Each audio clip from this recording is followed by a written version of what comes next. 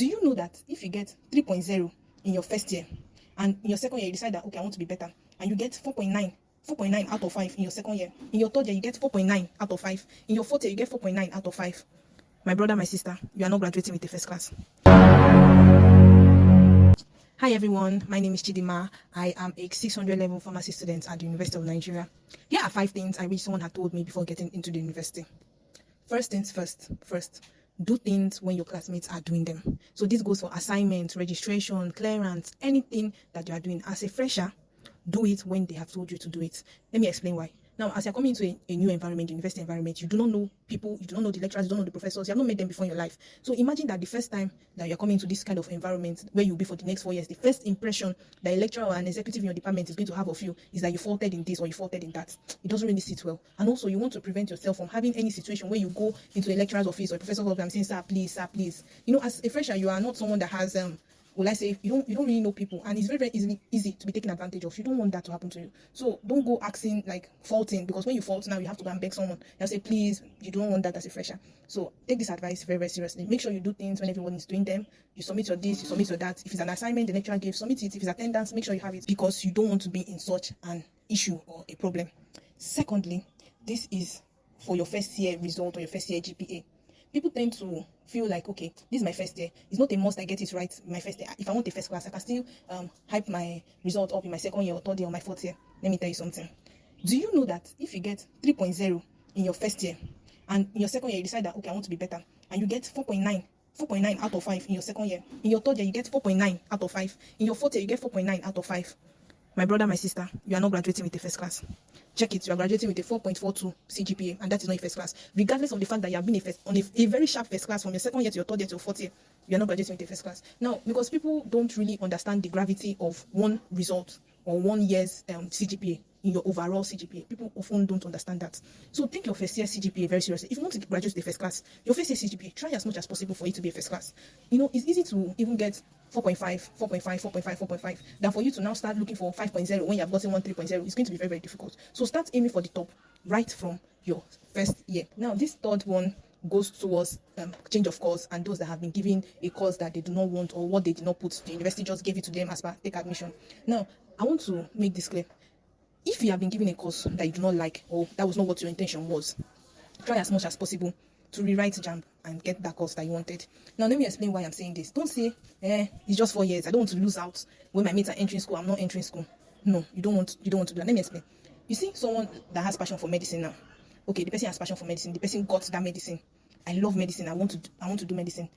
Between that first year to that 6th year, around, let's say, 3rd year or 4th year, the person has already started hating that course because of the stress and the emotional drain that course is going to give on you, the financial stress, the physical, like the mental stress. The person will already begin hating that course. But because you know that at the end of the day, there's something that you want waiting for you, you don't give up. You don't give up on that passion. You keep striving hard because you know that there's something for you at the end of the day. Now, imagine the tables are now turned to a course that you don't like. This one was for a course that you like, or you love medicine. This is what is happening to you. Now, imagine if you are doing a course you don't want or a course you don't like just to do it. No matter the course, there is no course that is easy.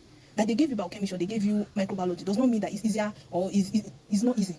You will stress. And it's not going to be nice stressing for over 4 or 5 years for something that you know that at the end of the day is not even what you really want. Lose that 1 year if it's what is going to take you to do what you want. Lose the 2 years if it's what is going to take you to what you want. You know, there's a lot of opportunity for you to write JAMB. If you don't get that course you want now, write JAMB again. Get into the course, because after that 4 years doing that course that you don't want, or that whatever that they have given to you, when it's time for your graduation, that's when your eye will clear. You'll be like, what am I doing in my life now? Like, where am I going for? Like, what am I doing? But somebody that has gone through what they actually want in school, what they chose, what they feel like is going to be their passion, and that passion is also profitable, before they are 60, they already know where their life trajectory is going. So make sure that you don't give up on your dreams. I have a lot of friends, maybe they wanted to study law, and they ended up studying, they gave them maybe English or something, and they just say, let me do it, or they give them history, and they say, just let me do it. At the end of the year, you see them, they'll start like, what am I even doing? I should have not just lost that 1 year or 2 years and done my law. Or like, at the point of them graduating, you see them already thinking of going back to that course that they wanted from the start. So make sure you try your best. Don't relax that I have gotten admission. Admission is admission. Admission is not admission, no. It's when you come to school and you go through that 4 years that you say admission is not admission. So try as much as possible. If it's not what you want that they gave to you, go and get what you want. Do that JAMB again. Do change of course. Although I personally recommend doing JAMB again, because that change of course is a lot more hectic. Like, if normal students are using 2 minutes to do clearance, change of course will use 24 hours to do clearance. Is that hectic? You have to go through JAMB. You have to go through this. It's not easy. So I will recommend doing another JAMB any day, anytime.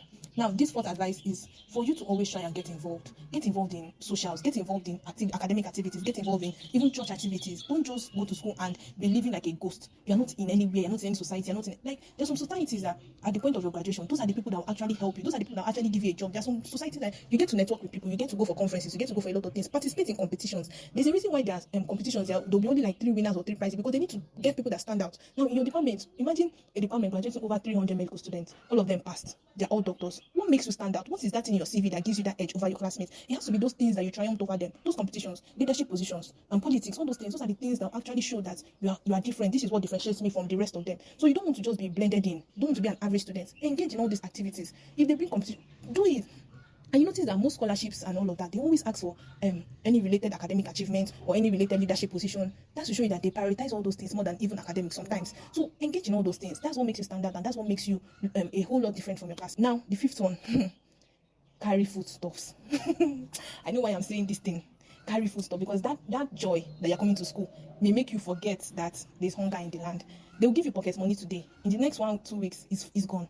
Is that rice and that palm oil that your mother packs for you that will save you a lot of time? So when they're giving you foodstuffs like Gary rice and you're saying, I don't want, I have pocket money, you will learn. You will learn. Carry foodstuffs. Don't joke with foodstuffs. If they carry excess, carry rice, carry oil, carry all those things, fill your gas. Because there are some things, as a fresher, you will spend your money on a lot of things that are not even food. Your clearance, your this, your that, your materials, your this. Carry a lot of foodstuffs so that you don't get stranded along the way. Okay. Then finally, be prayerful. Generally, personal, church, and just be prayerful, so that the efforts of your parents will not be in vain. Try as much as possible to engage in activities. Try as much as possible, especially church activities, like I said, so that you don't just go to church on just Sundays. So that you can go to church even in weekends, weekdays. You know, all these church activities will allow you to be in the church other days aside from Sunday. It's not only Sunday, remember that there's church, okay? So yeah, in all this, I wish you good luck in your studies. And if you know anybody that is a fresher coming into a school newly, send this video to them so that they can also learn and come out from university as new and changed individuals. Thank you. Bye.